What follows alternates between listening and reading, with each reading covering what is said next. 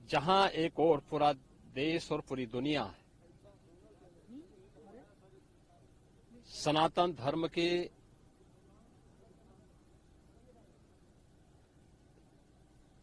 इस सबसे बड़े आयोजन का साक्षी बनकर के गौरव की अनुभूति कर रहा है, प्रफुल्लित है, वहीं दूसरी ओर सनातन धर्म के खिलाफ सपारी लेकर के षड्यंत्र करने वाले तत्वों के द्वारा लगातार शरारत पे शरारत करते हुए झूठ के और असत्य के नित नए प्रतिमान भी गढ़े जा रहे हैं।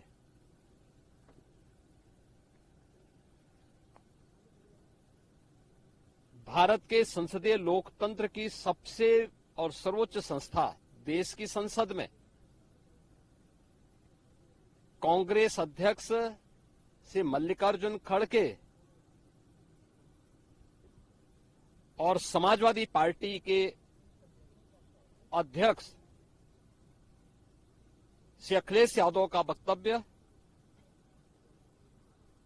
इस ओर सबका ध्यान आकर्षित करता है।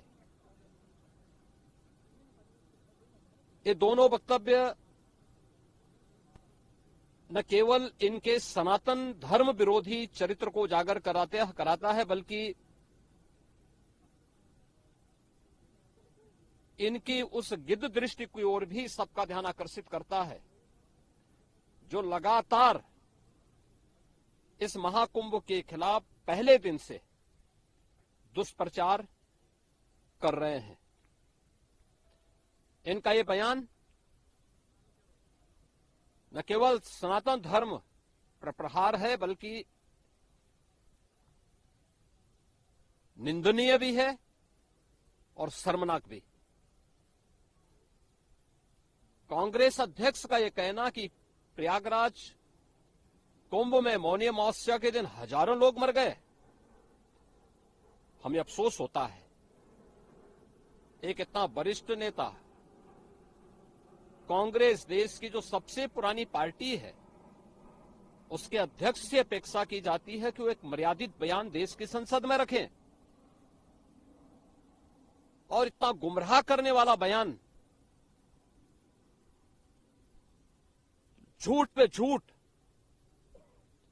ऐसे ही समाजवादी पार्टी के अध्यक्ष का बयान, एक प्रतिस्पर्धा दोनों दलों में है, कौन कितना सनातन विरोधी वक्तव्य दे सके। ये कहना कि कोई आंकड़े नहीं दिए गए, यहां से प्रशासन से जो बयान जो आंकड़े दिए गए, उन आंकड़ों को मैंने भी सबके सामने रखा। घटना दुखद थी, हर व्यक्ति दुखित था,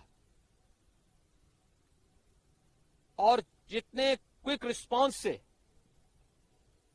मेला प्रशासन, police, NDRF, SDRF, civil defence, इन सब ने मिलकर के घायलों को हॉस्पिटल पहुंचाने का काम किया, अपने आप में एक मिसाल है। करोड़ों लोग प्रयागराज में उस दिन उपस्थित थे। ये दोनों दल चाहते थे और सनातन धर्म विरोधी चाहते थे कि बड़ा हादसा हो जाए। हमारी पहली प्राथमिकता थी कि किसी भी स्थिति में इसको हम जीरो हादसे तक लेके जाएं, लेकिन दुर्भाग्यपूर्ण तरीके से घटना घटित हुई।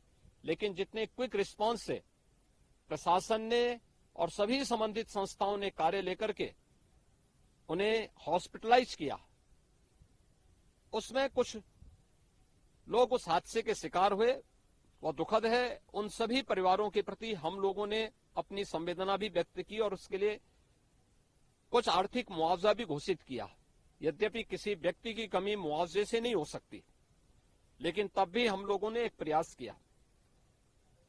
घायलों का प्रॉपर उपचार कराया। वे सभी घायल आज भी कुछ प्रयागराज मेडिकल कॉलेज में है, बाकी अपने परिवार के सदस्यों के साथ चले गए हैं। मैंने भी, मेरे साथ मेरे मंत्रियों ने भी, प्रशासन ने भी, प्रदेश के मुख्य सचिव ने भी, प्रदेश के डीजीपी ने भी उन सभी लोगों से मुलाकात की थी। और मैं तो देखकर बहुत चौंक था कि जो लोग प्रयागराज मेडिकल कॉलेज में भर्ती थे, जब मेरी उनसे बातचीत हो रही थी तो उनमें से सभी लोग कहा, उनके द्वारा कहा जा रहा साहब व्यवस्था में खामी नहीं, लेकिन हमारी किस्मत है या फिर ऐसी स्थिति पैदा हुई। और उनके सभी पहलुओं को लेकर के सरकार भी जांच करा रही है और उसके लिए एक न्यायिक कमीशन भी हमने तत्काल गठित किया। लेकिन हमारी पहली प्राथमिकता थी कि जो ये लगभग 8 से 9 करोड़ लोग प्रयागराज में उपस्थित हैं, इन्हें सुरक्षित उनके घरों के लिए वापस भेजना। इन दोनों दलों और सनातन धर्म विरोधी उन सभी लोगों के वक्तव्य, जो लोग ये गुमराह करने वाले वक्तव्य दे रहे हैं कि लाखों लोगों ने स्नान नहीं किया, सरासर गुमराह करने वाला है। ये वक्तव्य देना कि कोई अमृत स्नान या साय स्नान नहीं हुआ, ये भी गुमराह करने वाला वक्तव्य है और सनातन धर्म की अवमानना ही नहीं, बदनाम करने की साजिश का एक हिस्सा है। कोई परंपरा बाधित नहीं हुई। मौनी अमावस्या का स्नान पहले दिन सायंकाल 7:30 बजे से प्रारंभ हो गया था और अगले दिन पूरे दिन भर देर सायंकाल तक मौनी अमावस्या का मुहूर्त था। स्वाभाविक रूप से अखाड़ों ने हादसे के तत्काल बाद मेला प्राधिकरण के साथ बातचीत करके अपने स्नान को स्थगित किया था कुछ देर के लिए। और फिर जब मेरी उनसे बातचीत हुई दोपहर के बाद, सभी अखाड़े और पूज्य संतजन, आचार्य महामंडलेश्वर, वे इस स्नान का हिस्सा बने और वही परंपरागत तरीके से सभी स्नान भी हुए। इस महाकुंभ में 3 अमृत स्नान थे, मकर संक्रांति, मौनी अमावस्या और बसंत पंचमी। इन तीनों में अमृत स्नान हुए जिसमें सभी अखाड़े भागीदार बने। पौष पूर्णिमा से आयोजन प्रारंभ हुआ। समाजवादी पार्टी के अध्यक्ष का यह वक्तव्य भी कि सरकार ने 100 करोड़ की घोषणा की थी, मुझे लगता है कि उनको बयान थोड़ा पढ़ना चाहिए। ये लोग 12 बजे सो करके उठने वाले लोग हैं। कार्यालय स्टाफ जिस प्रकार का इन्हें नोट बना करके देता है, ये उस प्रकार का वक्तव्य बना करके सामने प्रस्तुत करते हैं और फिर उसके अनुसार उसको लीडर के रूप में नहीं बल्कि एक रीडर के रूप में सबके सामने उस वक्तव्य को पढ़ करके अपनी जगहंसाई करते हैं और राजनेताओं की भी जगहंसाई करते हैं।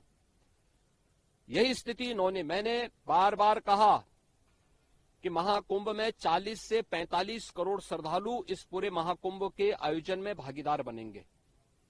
और मुझे बताते हुए ये भी प्रसन्नता है कि पिछले 22 दिन के अंदर इस महाकुंभ में 38 करोड़ श्रद्धालु अब तक यहां आ चुके हैं।